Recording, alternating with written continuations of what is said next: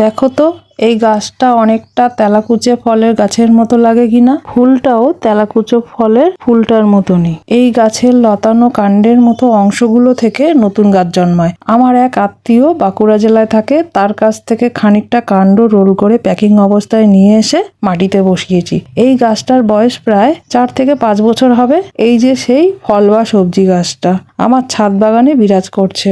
দেখো বন্ধুরা, এই যে অনেকেই ফলগুলো সবজি হিসেবে রান্না করে খায়, আবার অনেকে কাঁচা স্যালাড হিসাবেও খেয়ে থাকে। এতক্ষণ গাছ ও ফলের বিবরণ দিয়েই যাচ্ছি, এখনো বলিনি আমি এই ফলটাকে কুঁদরি বা কুঁদরি হিসাবে আমি চিনি। অনেকেই ভুল করে তেলাকুচো ভেবে বসে।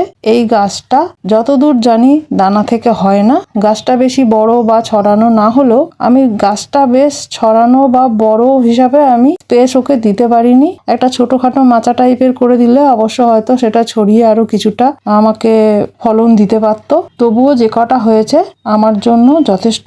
তোমরা বন্ধুরা এই ফল বা সবজিটাকে আদৌ কে কে চেনো বা চিনলে কি নামে পরিচিত তা কমেন্টে অবশ্যই জানিও।